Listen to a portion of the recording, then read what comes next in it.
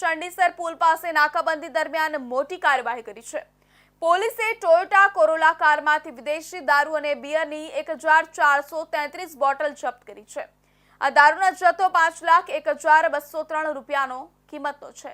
પાલનપુર તાલુકાના ગઢ પંથકમાંથી પોલીસે આ કેસમાં રાજસ્થાનના જાલોર જિલ્લાના રાણીવાડા તાલુકાના ભાટીપ ગામના સાવલા રામ માતાજી બિશ્નોઈને પકડ્યો છે। આરોપી ટોયોટા કોરોલા કારમાં વગર પાસ પરમિટનો ભારતીય બનાવટનો વિદેશી દારૂ લઈને જતો હતો।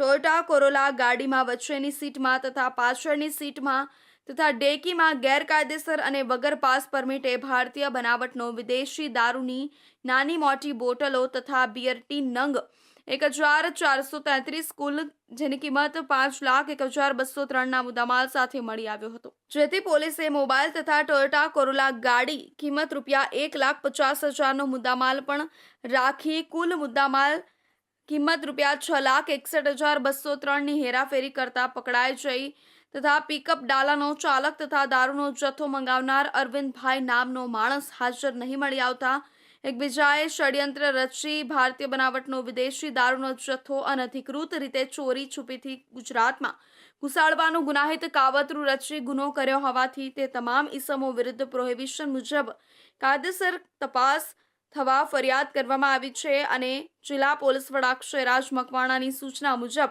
એલસીબી પોલીસ સ્ટાફ ગઢ વિસ્તારમાં પેટ્રોલિંગ કરી રહ્યો હતો ત્યારે બાતમીના આધારે દીપ હોટલની સામે નાકાબંધી કરવામાં આવી હતી। દારૂનો જથ્થો મંગાવનાર અને ભરાવનાર અન્ય આરોપીઓ સામે પણ ગઢ પોલીસ સ્ટેશનમાં કાયદેસરની કાર્યવાહી શરૂ કરવામાં આવી છે।